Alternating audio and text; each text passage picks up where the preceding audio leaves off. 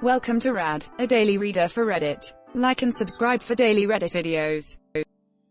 We are disinformation researchers who want you to be aware of the lies that will be coming your way ahead of Election Day and beyond. Inoculate yourselves against the disinformation now. Ask us anything.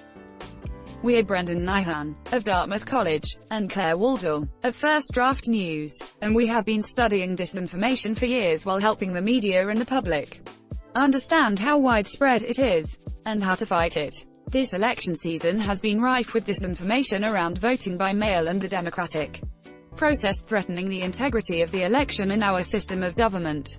Along with the non-partisan National Task Force on Election Crises, we're keen to help voters understand this threat, and inoculate them against its poisonous effects in the weeks and months to come as we elect and inaugurate a president. The task force is issuing resources for understanding the election process, and we urge you to utilize these resources. Update. Thank you all for your great questions. Stay vigilant on behalf of a free and fair election this November.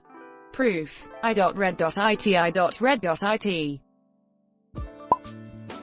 Can you recommend a media outlet for news, updates on election activity that, in your opinion, is not biased or at least backed by a special interest?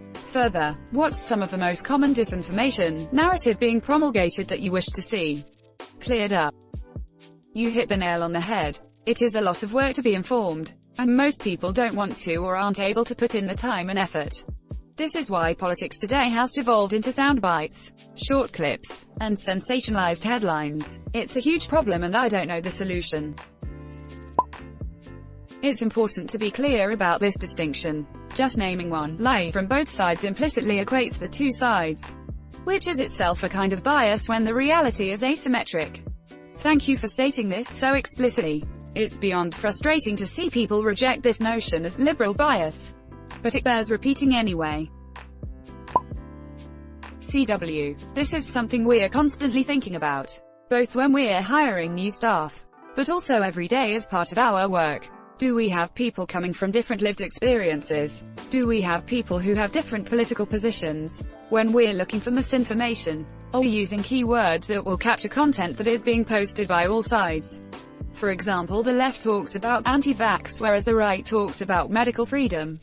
As humans, we're all susceptible to being seduced by information that reinforces our worldview, which is why our team is trained to constantly push back against colleagues and to question our work.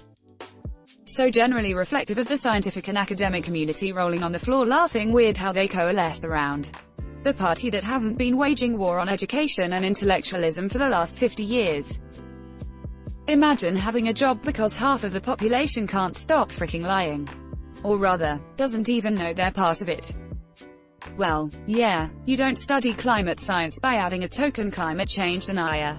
That would be PC insanity. Adding a Trumpist would be adding a misinformation-compromised conspiracy theorist to a science project on misinformation. You don't take an outright denier, but you should have skeptics there to question assumptions and interpretations. There are tons in climate science to help make sure your conclusions aren't being colored. To act like Biden is 100% good ideas and Trump is 100% bad ideas is absurd. Especially if you claim to be researching bias and disinformation. You need people who have an active interest in sorting out disinformation from every angle. Lol. But you're already on Reddit.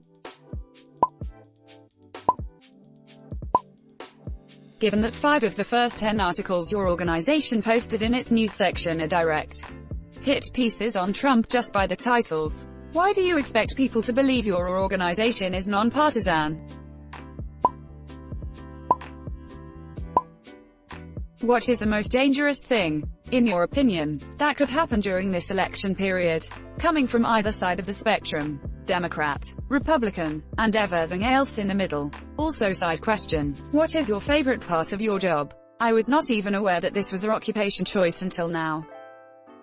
BN. I've learned that I lack imagination when it comes to speculating about the worst thing that could happen in 2020, but I'm concerned that the president will use misinformation about the prevalence of voter election fraud as a pretext to refuse to concede defeat if he loses the election. The peaceful transfer of power is the core of the democratic process. Trump has been engaged in a months-long campaign against the legitimacy of the election. It's a highly dangerous situation. CW. There's no winning by answering this question. But I do want to start by saying that we're incredibly lucky to have as many news outlets as do. Plurality is a strength, and the fact that we can choose what to read and to compare coverage makes us more informed. But my own bias is for consuming information from news outlets that have really strong editorial guidelines. Those outlets take impartiality very seriously, and you can see from their codes what they do when mistakes happen.